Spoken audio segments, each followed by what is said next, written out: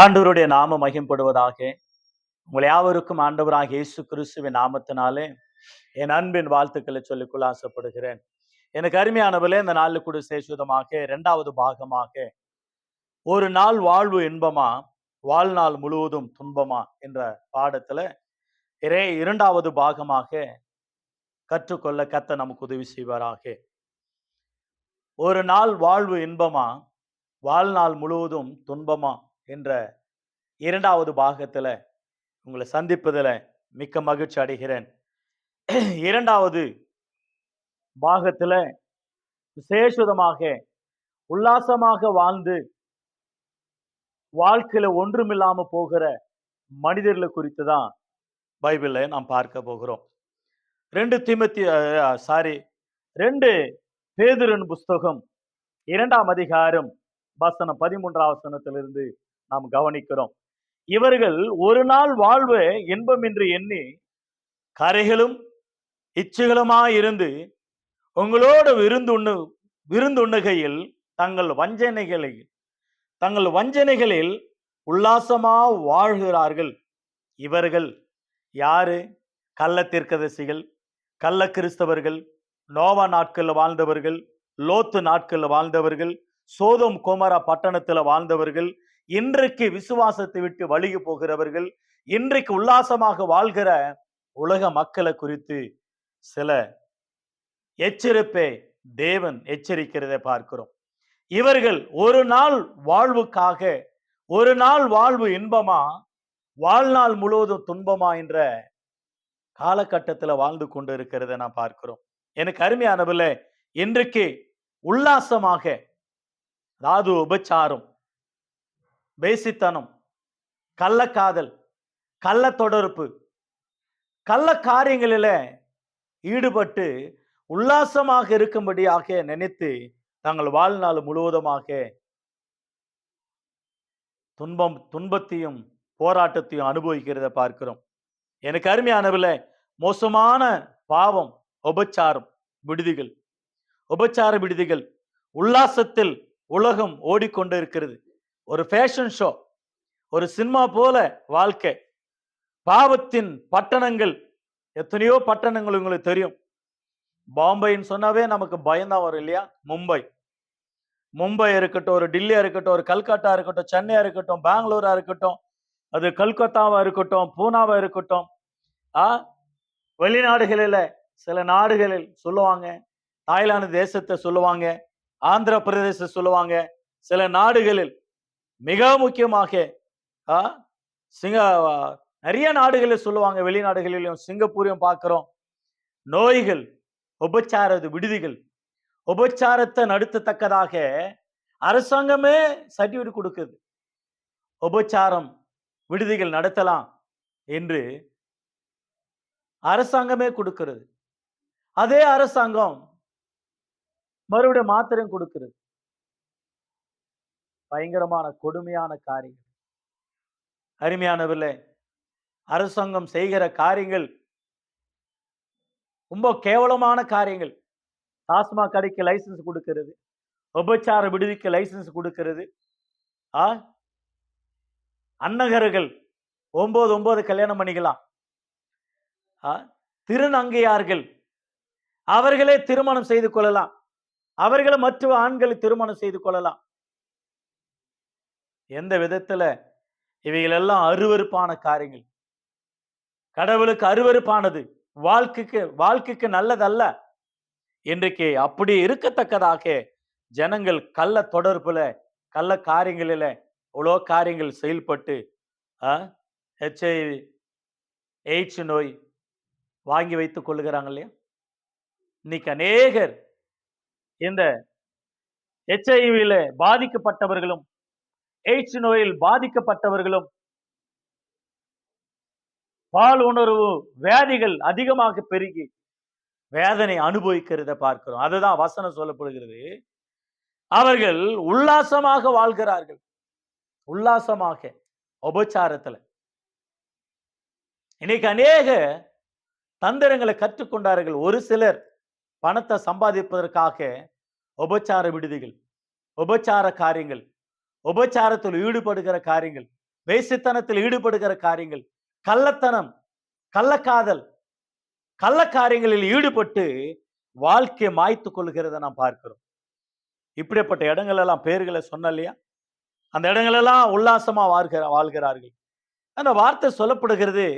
இந்த 2 பேதுரு 2ஆம் அதிகாரம் முழுவதுமாவே ரொம்ப அற்புதமான ஒரு பாடம்.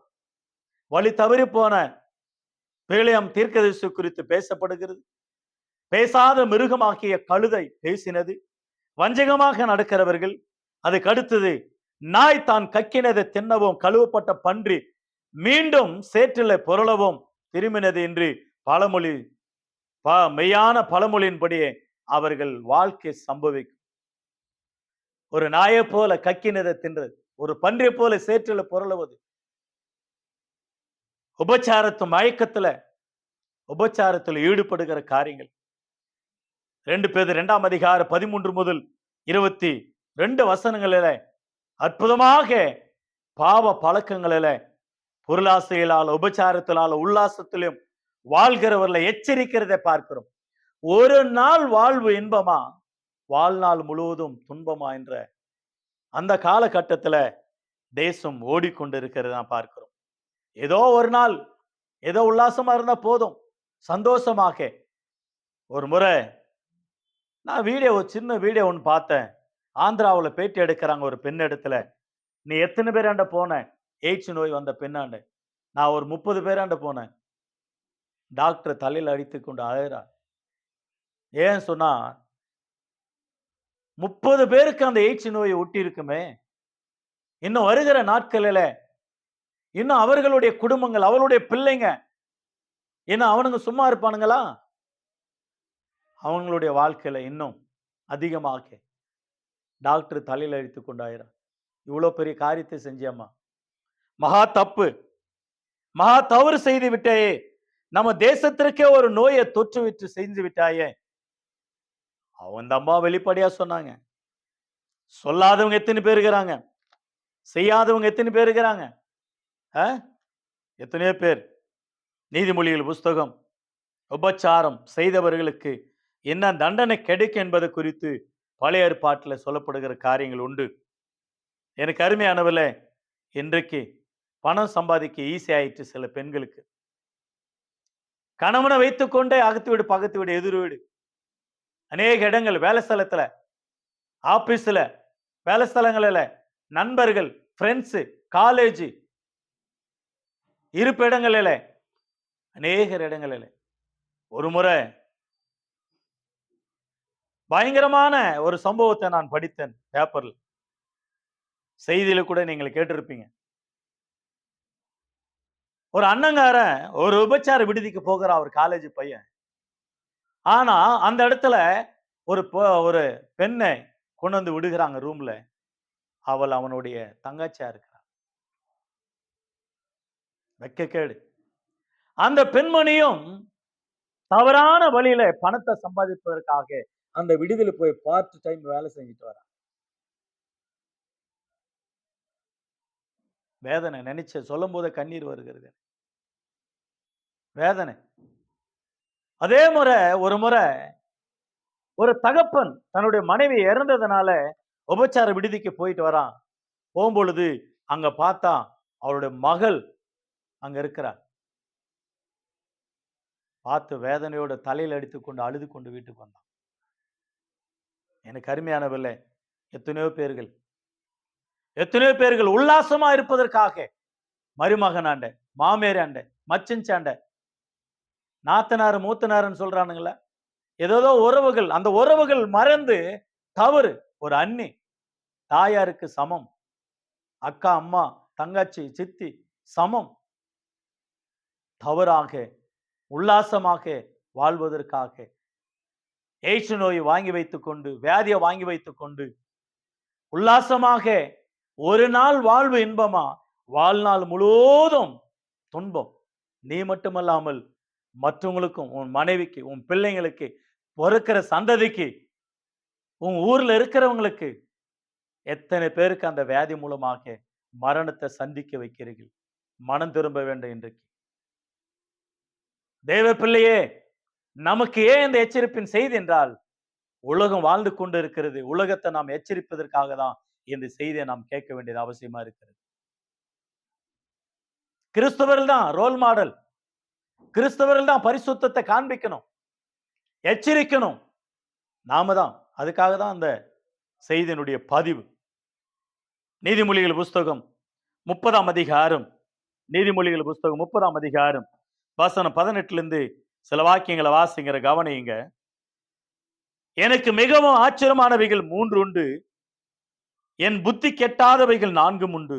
அவையாவன ஆகாயத்தில் கழுகனுடைய வழியும், கண்மலின் மேல் பாம்பினுடைய வழியும், நடுக்கடலிலே கப்பலினுடைய வழியும், ஒரு கன்னிகையை நாடிய மனுஷனுடைய வழியும், அப்படியே உபச்சாரியனுடைய வழியும் இருக்கிறது. அவள் தின்று தான் வாயை தொடைத்து நான் ஒரு பாவமும் செய்யவில்லை என்பாள். மூன்று நிமித்தமும் பூமி சஞ்சலப்படுகிறது, 4 அது தாங்க மாட்டாது. எவ்வளவு ஒரு அருமையான ஒரு வார்த்தையை சொல்லி எச்சரிக்கிறார். உபச்சாரியானவள் என்ன செய்கிறார் என்றால், உபச்சாரம் செய்துவிட்டு வாயை தொடச்சுக்கிட்டு நான் ஒன்னும் பாவம் செய்யல அப்படின்னு சொல்லுவாளாம். எத்தனையோ பேர் கண்ணார பார்த்து இருக்கும். வேலை ஸ்தலங்களில், ஆபீஸ்ல எத்தனையோ மேனேஜர்கள், வாட்ச்மேன்கள், மேனேஜ்மெண்ட் பார்க்கிறவர்கள் கண்ணார பார்த்து தெரியாத வண்ணமாக நாம் வாழும் பொழுது ஒன்றுமில்லை என்று சொல்லி பொய் சொல்லுகிறவர்கள் எத்தனை பேர் கவனித்திருக்கிறார். நீங்களும் பார்த்திருப்பீங்க. பாவ சம்பவங்கள். சுகமா வாழ வேண்டும் என்று பிள்ளைகளுக்கும் கணவனுக்கும் குடும்பத்துக்கும் துரோகம் செய்கிற துரோகிகள் எத்தனை பேர்கள், உபச்சாரிகள் வாயை தொடித்துக் கொண்டு நான் ஒரு பாவம் அறியவில்லை என்று சொல்வார்களா? ஒருவேளை யோசேப்பை போல நமக்கு அவமானம் வந்தா பரவாயில்ல, நம்ம செய்யாத தவறு செஞ்சிட்டுன்னு சொன்னா கூட பரவாயில்ல. ஆனா ஏன்னா தேவன் கணக்கு போடுவார். அவனுக்கு பாவ கணக்கு போடுவார், நமக்கு பரிசுத்த கணக்கு போடுவார். நிந்தனை ஏற்றுக்கொள்ளலாம், பட் பாவம் செஞ்சு ஏற்றுக்கொள்ளக்கூடாது, பாவம் செய்யக்கூடாது. புரிந்து கொள்ள வேண்டும். கலாத்தியர் 5:19 வாசிக்கிறோம். மாம்சத்தின் கிரிகள் வெளிரங்கமா இருக்கிறது. அவையாவன உபச்சாரம், வேசித்தனம், அசுத்தம், காமவிகாரம், விக்கிராராதனம், பில்லிசூனியம், பகைகள், விரோதங்கள், வைராக்கியங்கள், கோபங்கள், சண்டைகள், பிரிவினைகள், மார்க்கபேதங்கள், போராமைகள், கொலைகள், வெறிகள், களியாட்டுகள், மாம்ச கிரிகள், உபச்சாரம், வேசித்தனம் வெளிரங்கமா இருக்கிறதா. ஒரு நாள் பார்த்தா கூட உபச்சாரம் தான். கல்ல கும்பிட்டா கூட உபச்சாரம் தான். மரத்தை கும்பிட்டா கூட உபச்சாரம் தான். ஏசாயா புஸ்தகம் 57ஆம் அதிகாரம் 3ஆம் வசனத்துல நாள் பார்க்கிறவங்க கூட உபச்சாரம், மரத்தை வணங்குறவங்க கூட உபச்சாரம். எரேமியா 2ஆம் அதிகாரம் 20ஆம் வசனத்துல என் பிள்ளைங்க மரத்தோடு உபச்சாரம் செய்கிறார்கள். மரத்தை கும்பிட்டா கூட உபச்சாரம் தான், தவறுதான். எனக்கு அருமையான கர்த்தருடைய பிள்ளை, நம்முடைய வாழ்க்கையில தேவன் எச்சரித்து நாம் சொல்லுகிறார் வார்த்தை. பழைய ஏற்பாட்டுல பார்க்கிறோம், இப்படிப்பட்ட அந்த உபச்சார காரியங்களை செய்கிறவர்களை தேவன் எச்சரித்து தண்டிக்கிறத நான் பார்க்கிறோம். லேவியராகமம் புஸ்தகம் 20ஆம் அதிகாரம், லேவியராகமம் 20ஆம் அதிகாரம், லேவியராகமம் 20ஆம் அதிகாரம் வசனம் 10 22 வசனம் வெளியே நீங்க கவனித்து பார்ப்பீங்களா? அவைகளை சில வார்த்தைகளை மாத்திரம் படித்துக் கொள்ளுவோம். கர்த்தர் நமக்கு உதவி செய்வாராக. ஒருவன் பிறவனுடைய மனைவியோடு உபச்சாரம் செய்தால், பிறன் மனைவியோடு உபச்சாரம் செய்த அந்த உபச்சாரக்காரன், அந்த உபச்சாரனும் அந்த உபச்சாரியும் கொலை செய்ய கடவார்கள். தான் தகப்பன் மனைவியோடு சைனிக்கிறவன், ஒருவன் தான் மருமகளோடு சைனிக்கிறவன், ஒரு பெண்ணோடு சம்பயோகம் பண்ணுகிற வண்ணமாக ஆணோடு சம்பயோகம் பண்ணுகிறவன், ஒருவன் ஒரு ஸ்திரியை அவள் தாயும் படித்தால் அதுவும் முறைகேடு. அதாவது கல்யாணமும் பண்ணிப்பான், மருமகளையும் வச்சுப்பான், மாமியாரையும் வச்சுப்பான், மனைவியையும் வச்சுப்பான், அதுவும் தவறு. ஒருவன் மிருகத்தோடு புணர்ச்சி செய்தால் அதுவும் தவறு. ஆகவே கீழே சொல்லிக்கிட்டே வந்து, உன் தாயினுடைய சகோதரியும் சித்தியும் தொடாத, சகோதரியும் தொடாத, உன் தகப்பனுக்கு பிறந்த உன் சகோதரியும் தொடாத, உன் தகப்பனுக்கு மனைவியா இருக்கிற சித்தியும் மனைவியும் கூட தொடாத. ரூபன் அப்படிதான் இல்லையா? தன்னுடைய சித்தின் இடத்துல போய் அந்த முதல் பாகத்தை இழந்து போனான், சிரேஷ்ட புத்திர பாகத்தை. 21ஆம் வசனத்துல ஒருவன் தான் சகோதரன் மனைவி விவாகம் பண்ணினால் அது அசுத்தம். எவ்வளவு அருமையா ஆண்டவர் சட்டத்தை கொடுத்தார். ஆகையால் நீங்கள் குடியிருப்பதற்காக நான் உங்களுக்கு கொண்டு போகிற தேசம் உங்களை கக்கி போடாதபடிக்கு நீங்கள் என் கட்டளைகளையும் யாவையும் கை கொண்டு என்னுடைய நியாயங்களை யாவையும் கை கொண்டு நடவுங்கள், உங்களுக்கு நல்லா இருக்கும். லேவியராகமம் 20ஆம் அதிகாரம் ஒரு பெரிய நல்ல ஒரு சட்டம். லேவியராகமம் புஸ்தகம் அற்புதமாக உபச்சாரம் செய்யாத, வேசித்தனம் செய்யாத, உன் மச்சஞ்ச தொடாத, உன் மனைவியோட தங்கச்ச தொடாத, உன் சித்திய தொடாத, உன் தங்கச்ச தொடாத, உன் சித்தினுடைய மகளையும் தொடாத. இப்படி தேவன் அற்புதமாக நமக்கு நல்ல ஒரு சட்ட திட்டங்கள் எழுதி கொடுத்திருக்கிறத பார்க்கிறோம். எனக்கு அருமையான கத்தொடுப்பில் நம்முடைய வாழ்க்கையில தேவன் எச்சரித்து சொல்லுகிற ஒவ்வொரு அற்புதமான காரியங்கள் ஒரு வாழ்நாள் முழுவதும் வேதனை, ஒரு நாள் வாழ்வு இன்பமா, வாழ்நாள் முழுவதும் துன்பமா என்ற பாடத்தை நாம் கவனித்துக் கொண்டு வருகிறோம். எவ்வளோ வேதனையான ஒரு காரியம். எரேமியா புஸ்தகம் 3ஆம் அதிகாரம், எரேமியா 3:8 வாசிக்கிறோம். எரேமியா 3ஆம் அதிகாரம் 8ஆம் வசனத்துல, சீர்கெட்ட இஸ்ரவேல் என்பவள் உபச்சாரம் பண்ணி முகாந்தாரம் இல்லாமல் எல்லாவற்று நிமித்தம் நான் அவளை அனுப்பிவிட்டு. உபச்சாரம், வேசித்தனம். 8ஆம் வசனம் 9ஆம் வசனம், எரேமியா 5ஆம் அதிகாரம் 7ஆம் வசனத்துல கூட ஆண்டவர் கடிந்து கொண்டு சொல்லுகிறத பார்க்கிறோம். அவர்கள் தேவ பயமில்லாமல் உபச்சாரம் பண்ணி வேசி வீட்டுல கூட்டம் கூடுகிறார்கள். பாபா எப்படி கடிந்து கொள்கிறார் பாருங்க. எரேமியா 7ஆம் அதிகாரம் 9ஆம் வசனம், எரேமியா 9ஆம் அதிகாரம் 2ஆம் வசனம், எரேமியா 13ஆம் அதிகாரம் 27ஆம் வசனம், எரேமியா புஸ்தகம் 23ஆம் அதிகாரம் 14ஆம் வசனம், எரேமியா 29:23 வேசித்தனம், உபச்சாரம். எரேமியா எசேக்கியேல் புஸ்தகம் 16ஆம் அதிகாரம் 32, 23ஆம் அதிகாரம் 37, 34ஆம் வசனம், ஓசியா புஸ்தகம் 4ஆம் அதிகாரம் 1 முதல் 3 வசனங்களில ஓசியா புஸ்தகத்துலதான் மிகவும் கடிந்து கொண்டு திட்டுறாரு பாருங்க. ஓசியா புஸ்தகம் 4ஆம் அதிகாரம், இஸ்ரவேல் புத்திரரை கர்த்தருடைய வார்த்தை கேளுங்கள், தேசத்தின் குடிகளோடு கர்த்தருக்கு வழக்கு இருக்கிறது. அது என்னவென்றால், தேசத்தில் உண்மை இல்லை, இரக்கம் இல்லை, தேவனை பற்றி அறிவும் இல்லை, பொய்யானையிட்டு பொய் சொல்லி கொலை செய்து திருடி உபச்சாரம் பண்ணி மிஞ்சி போகிறார்கள்.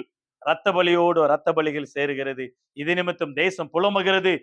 அதில் குடியிருக்கிற அனைவரோடு கூட மிருகங்களும் மிருக ஜீவன்களும் ஆகாயத்து பறவைகளுக்கும் தோய்ந்து போகிறார்கள். கடலில மச்சங்களும் வாரிக்கொள்ளப்படுகிறார்கள். சஞ்சலமும் தவிப்பும் வேதனைகள் உண்டு. யூதாவின் புஸ்தகம் 7ஆம் வசனத்துல கூட இந்த உபச்சாரம் செய்யாத, வேசித்தனம் செய்யாத என்று கடிந்து கொண்டு திட்டுகிறத நாம் பார்க்கிறோம். எனக்கு அருமையான கத்தொடுப்பில் நம்முடைய வாழ்க்கையில சரீரத்துல நமக்கு ஒரு வியாதி வந்து விட்டால் அதை சரீரம் தாங்காது. சரீரத்தை நாம் சுத்தமா வைத்துக் கொள்வோமானால் நம்முடைய ஆத்மா நல்லா இருக்கு, நம்முடைய மைண்ட் நல்லா இருக்கு, நம்முடைய லைஃப் நல்லா இருக்கும். அதனால்தான் ஆண்டவர் ஒருத்தனை உண்டாக்கி ஒருத்தி உண்டாக்கினார். திருமணம் செய்து கொள்ள வேண்டும், திருமணம் செய்து கொண்டு குடும்பத்தோடு கூட அன்பா இருக்க வேண்டும். அதுதான் ஆண்டவர் எதிர்பார்க்கிறார். பாவ காரியங்கள், உபச்சார காரியங்களில் ஈடுபட்டு எய்ட்ஸ் நோயை வாங்கி வைத்துக் கொண்டு உனக்கும் வேதனை, மற்றவங்களுக்கு வேதனை. ஒரு நாள் வாழ்வு இன்பமா? ஒரு நாள் வாழ்வு, ஒரு மணி நேரம் வாழ்வு இன்பம், ஒரு 5 நிமிஷம் இன்பம். வாழ்க்கை முழுவதும், ஆயுள் முழுவதும் 5 நிமிஷம் இன்பத்துக்காக வாழ் முழுவதும் வேதனைப்படுகிற குடும்பங்கள் உண்டு. ஆகவேதான் ஒரு நாள் வாழ்வு இன்பமா, வாழ்நாள் முழுவதும் துன்பமா. உபச்சாரத்துக்கு விலகி ஓடுங்கள். வேதம் சொல்லுகிறது, யோசேப்பு உபச்சாரத்துக்கு விலகி ஓடினார். விக்கிர ஆராதனைக்கு விலகி ஓடுங்கள், உபச்சாரத்துக்கு விலகி ஓடுங்கள். பிசாசுக்கு மட்டும்தான் எதிர்த்து நிற்க வேண்டும். விக்கிர ஆராதனைக்கு, உபச்சாரத்துக்கும் வேசித்தனத்திற்கும் விலகி யோசேப்பு போல விலகி ஓடி காத்துக்கொள்ள வேண்டும். ஒரு யோசேப்பு போல சிம்சோன் அதுல விழுந்தான், மரணத்தை கண்டடைந்தான், தேவனுடைய ஆசீர்வாதத்தை இழந்தான், பலத்தை இழந்தான், பரிசுத்த ஆவியானவர் இழந்தான். இரண்டாவதாக உபச்சாரம் செய்யாத இருப்பாயாக என்று தேவன் சொன்னார். யாத்திராகமம் 20ஆம் அதிகாரம் 14ஆம் வசனத்துல உபச்சாரம் செய்யாத இருப்பாயாக ஆண்டவர் சொன்னார். மத்தேயு 5ஆம் அதிகாரம் 28ல, நான் உங்களுக்கு சொல்லுகிறேன், ஒரு ஸ்திரியை இச்சையோட பார்க்கிறவன் அவளோடு கூட விபச்சாரம் பண்ணி ஆயிடுச்சு. இச்சையோடு பார்க்காத 32ஆம் வசனத்துல கூட கவனிக்கிறோம். மார்க் 10ஆம் அதிகாரம் 19 வசனத்துல உபச்சாரம் செய்யாத இருப்பாயாக. லூக்கா 16ஆம் அதிகாரம் 18ஆம் வசனத்துல, 18ஆம் அதிகாரம் 11ஆம் வசனமும் 20ஆம் வசனமும் 18ஆம் அதிகாரத்துல உபச்சாரம் செய்யாத இருப்பாயாக, வேசித்தனம் செய்யாத இருப்பாயாக, பரிசுத்தமா இருப்பாயாக என்று ஆண்டவர் அற்புதமா கடிந்து கொண்டு புத்தி சொல்லுகிறத நான் பார்க்கிறோம். யோபு புஸ்தகம் 14ஆம் அதிகாரம் 24ஆம் அதிகாரம் 15ஆம் வசனம், சங்கீதங்களின் புஸ்தகம் 50ஆம் சங்கீதம் 18ஆம் வசனத்துல உபச்சாரனோடு கூட உனக்கு பங்கு இருக்கு. நியாயப்பிரமாணத்தை போதிக்கிற. ரோமர் 2ஆம் அதிகாரத்துல ஆண்டவர் சொன்னார்ல, உபச்சாரம் செய்யாதிருப்பாய்ன்னு சொல்லிட்டு உபச்சாரம் செய்கிற, திருடாதுன்னு சொல்லி கோயில கொள்ளடிக்கிற, தேவனுடைய நாமத்தை வீணில வழங்காத இருப்பாயாக என்று ரோமர் 2ஆம் அதிகாரத்துல கடிந்து கொண்டு புத்தி சொல்லுகிறத நான் பார்க்கிறேன். எனக்கு அருமையான கர்த்தருடைய பிள்ளை, நம்முடைய வாழ்க்கையில பாவத்தின் சம்பளம் மரணம் என்று ரோமர் புஸ்தகத்தின் மூலமாக ஆண்டவர் எச்சரித்து நமக்கு புத்தி சொல்லுகிறார் இல்லையா? பாவத்தின் சம்பளம் மரணம். அந்த மரணம் தான் எது என்றால் எய்ட்ஸ் நோய். இன்னைக்கு வாங்கி வைத்துக் கொண்டு படுகிற பாடு கொஞ்ச நெஞ்சம் கிடையாது. 2 பேதுரு புஸ்தகம் 2ஆம் அதிகாரம் 14ஆம் வசனத்துல உபச்சாரத்தின் மயக்கமா, உபச்சாரம் மயக்கம்.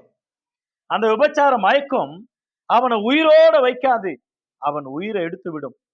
ஆகவே ரோமர் புஸ்தகம் 13ஆம் அதிகாரம், ரோமர் 13ஆம் அதிகாரம் 9ஆம் வசனத்துல வாசிக்கிறோம். எப்படி என்றால், உபச்சாரம் செய்யாத இருப்பாயாக, கொலை செய்யாத இருப்பாயாக, களவு செய்யாத இருப்பாயாக, பொய் சாட்சி சொல்லாத இருப்பாயாக என்று நியாயப்பிரமாணத்துல சொல்லப்பட்டதெல்லாம் இங்கே பரிசுத்த ஆவியானவர் பவுல் மூலமாக ரோமர் புஸ்தகத்துல சொல்லப்படுகிறது. ரோமர் 2ஆம் அதிகாரம் 22ஆம் வசனம், யாக்கோபு 2ஆம் அதிகாரம் 11:4 வசனத்திலையும் வாசிக்கிறோம், உபச்சாரத்தின் காரியங்களிலே ஈடுபடக்கூடாது என்று சொல்லி. மூன்றாவதாக வெளிப்படுத்தின விசேஷம், 21ஆம் அதிகாரம், மூன்றாவதாக வெளிப்படுத்தின விசேஷம் 21ஆம் அதிகாரம் 8ஆம் வசனத்தில் வாசிக்கிறோம், பயப்படுகிறவர்களும் அவிசுவாசிகளும் அருவருப்பானவர்களும் கொலைபாதகரும் உபச்சாரக்காரரும் சூனியக்காரரும் விக்கிராராதனக்காரரும் பொய்யர் அனைவரும் இரண்டாம் மரணமாக்கி அக்கினியும் கந்தகமும் எரிகிற கடலிலே பங்காடிவார்கள். பரலோகத்துக்குள்ள போக முடியாது உபச்சாரம் செய்கிறவன். 22ஆம் அதிகாரம் 15ஆம் வசனத்துல வாசிக்கிறோம், நாய்களும் சூனிக்காரரும் உபச்சாரக்காரரும் கொலைபாதகரும் விக்கிராராதனக்காரரும் பொய்ய விரும்புகிற அனைவரும் அதன்படி செய்கிற யாவரும் பரலோகத்துக்கு புறம்பே இருப்பார்கள் என்று சொல்ல. பரலோகத்துக்கு போக முடியாதான் பாருங்க. ஒன்று கொரிந்தியர் 6ஆம் அதிகாரம் 9ஆம் வசனம், எபேசியர் 5:5 வாசிக்கிறோம், விபச்சாரம் வேசித்தனம் நமக்கு விரோதமாக சாட்சி கொடுக்கும் அந்த காரியங்களில் ஈடுபடுகிறவர்கள் பரலோகத்துக்கு போக முடியாது என்பதை குறித்து அற்புதமாக வேதம் நம்மை கடிந்து கொண்டு புத்தி சொல்கிறத நாம் பார்க்கிறோம். 1 கொரிந்தியர் புஸ்தகம் 5ஆம் அதிகாரம், 1 கொரிந்தியர் புஸ்தகம் 5ஆம் அதிகாரத்துல ஆண்டவர் அற்புதமாக பவுல் மூலமாக சொல்லுகிறார். என்ன சொல்லுகிறார் என்றால், ஒருவன் சபையில இருக்கிறான், சபையில என்ன பண்ணுகிறான் ஒருத்தன்னா, தன்னுடைய தகப்பனுடைய மனைவை வைத்துக் கொண்டு இருக்கு, சித்தியை வைத்துக் கொண்டு இருக்கிறான். ஆதியாகமம் புஸ்தகத்தில் வாசிக்கிறோம் இல்லையா, ரூபன் யாக்கோபினுடைய மனைவிகளிலே ஒருத்திய வைத்துக் கொண்டார் ரூபன். ஆகவே அந்த முதல் சேஷ்ட புத்திர பாகத்திலிருந்து அவன் விளக்கப்பட்டதை பார்க்கிறோம். இன்னைக்கு அநேகருடைய வாழ்க்கையில் ஆண்டவருக்குள்ள இருந்து கொண்டு கூட விளையாடுகிற சில பேர் இருக்கிறாங்க.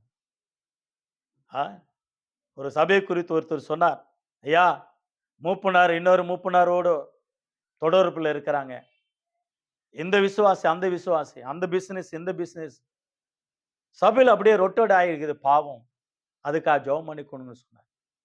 எனக்கு மிகவும் கவலையா இருந்தது அதை யோசித்து. இப்படி தேவ பயம் இல்லாம நரகம் நரகம் ஆண்டவர் எச்சரிக்கிறார். மனந்திருந்து, உபச்சாரத்திலிருந்து மனந்திருந்து, தேசித்தனத்திலிருந்து மனந்திருந்து, தேவ பயம் இல்லாத வாழ்க்கை வாழ்வையானால் நரகம் அக்னியும் கந்தகம் எரிகிற கடலில் தள்ளப்படுவாய். நரகம் உன்னை சும்மா விடாது. யாரும் பார்க்கலன்னு நினைக்காத. தேவன் பார்த்து கொண்டு இருக்கிறான். தேவன் எழுதி வைத்திருக்கிறார். தேவன் கவனிக்கிறார். தக்க பலன் நரகம். பாவத்தின் சம்பளம் மரணம். பாவத்தின் சம்பளம் அக்கினி கடல். பாவத்தின் சம்பளம் எரிகிற அக்கினி. பாவத்தின் சம்பளம் எரிகிற நரகம். மனம் திரும்பு, மனம் திரும்பு. பாவத்தின் சம்பளம் மரணம். கொலோசியர் 3ஆம் அதிகாரம் 5ஆம் வசனத்துல கூட உபச்சாரம் செய்யாதிருப்பாயாக என்று எச்சரிக்கிறதை பார்க்கிறோம். கடைசியாக 4ஆவதாக ஆண்டவர் மன்னிக்கிறவரா இருக்கிறார். நீ மனம் திரும்பினார். பாவத்தில் இருந்தால் ஆண்டவர் மன்னிக்க மாட்டார். பாவத்தை வெறுக்கிறார். ஆண்டவர் பரிசுத்தத்தை விரும்புகிறார். ஆண்டவர் அதுதான் விரும்புறார். யோவான் எழுதின சுவிசேஷம் 8ஆம் அதிகாரத்துல கையும் களவுமாக பிடிக்கப்பட்ட உபச்சாரியை கொண்டு வருகிறாங்க. யார் என்றால் அற்புதமாக வேத பண்டிதர்கள் அவர்கள் எல்லாம், வேத பாரகரும் பரிசேயரும் ஒரு ஸ்திரியை கண்டுபிடித்து கொண்டு வருகிறார்கள். யோவான் 8ஆம் அதிகாரம் 3 முதல் 12 வாக்கியங்களை வாசித்து பார்க்கும் பொழுது அவர்கள் கொண்டு வந்து உபச்சாரம் செய்கிறவர்களை மோசே சொல்லி இருக்கிறார், கல்லெறிந்து கொள்ள வேண்டும். நீங்க என்ன சொல்றீங்க போதகரே? இப்ப உபச்சாரி கையும் களவுமா பிடிக்கப்பட்டால், ஆனா அந்த உபச்சாரக்காரங்க இவள் ஒண்டிதான் தவறு செஞ்சாளா? அவன் எங்கே? இயேசு உடனே குனிந்து எழுத ஆரம்பித்தார். எழுதி நிமிர்ந்து பார்த்து சொல்றார், உங்களிலே எவன் பாவம் செய்யலையோ அவன் முதலாவது இவள் மேல கல் எறியட்டும். அவர் எழுதி நிமிர்ந்து பார்க்கும் பொழுது ஒருத்தனும் இல்லாம அந்த ஒரே பெண்மணி இருந்தான். அந்த பெண்மணியை பார்த்து சொன்னா, நான் உன்னை ஆக்கினுக்குள்ளாக தீர்க்கவில்லை, இனி நீ போ, இனி பாவம் செய்யாது என்று சொல்லி ஆண்டவர் அறிவுரை ஆலோசனை சொல்லி அனுப்பினார். ஒரு விபச்சாரியை மன்னித்தார். யோவான் 8ஆம் அதிகாரம் 11, 12 நான் வெளிச்சமா இருக்கிற என்ன பின்பற்று என்று சொல்லி தைரியத்தை கொடுத்து இனி பாவம் செய்யாது. கேடுபாடு செஞ்சவன இன்னொருத்தனை கூட ஆண்டவர் சொன்னார், இனி நீ பாவம் செய்யாது. எனக்கு அருமையானவர்களே, உனக்கு கேடு உண்டாக இனி பாவம் செய்யாது என்று எச்சரித்ததை பார்க்க ஆண்டவர் மன்னிப்பு கொடுத்தார். நீ மனம் திரும்பினால் மன்னிப்பு உண்டு. யோவான் 4ஆம் அதிகாரத்துல ஒரு சமரிய பெண், உங்களுக்கு நன்றா தெரியும். அந்த சமரிய பெண்ணை ஆண்டவர் கேள்வி கேட்கும் போது சாதாரணமான தண்ணீர் வைத்து ஜீவ தண்ணீரை பாடத்தை கற்றுக் கொடுத்தார். உன் புருஷனை கூட்டு வா, எனக்கு இருக்கிற புருஷன் இப்பொழுது எனக்கு இல்லை என்று சொன்ன உடனே, ஆமா உனக்கு 5 புருஷர்கள் இருந்தார்கள், இப்பொழுது இருக்கிறவங்க கூட அவன் அல்ல, ஆனால் உண்மையை சொன்னாய், உனக்கு ஜீவ தண்ணீர். மனம் திரும்பினாங்க. மனம் திரும்பின அந்த சமரிய பெண்ணுக்கு மன்னிப்பு அந்த சமரிய பட்டணமே ஆண்டவர் ஏற்றுக்கொண்டது. ஆண்டவர் மன்னிப்பு கொடுத்ததை நாம் பார்க்கிறோம். எனக்கு அருமையான கர்த்தருடைய ஜனமே, எனக்கு அருமையானவர்கள, ஒருவேளை இப்படிப்பட்ட பாவ வழக்கங்களை தவறி இருக்கிறீர்களா? மனம் திரும்புங்கள். ஒருவேளை இப்படிப்பட்ட பாவ பழக்க வழக்கங்கள் மத்தியில நீங்கள் வாழ்ந்து கொண்டு இருக்கிறீங்களா?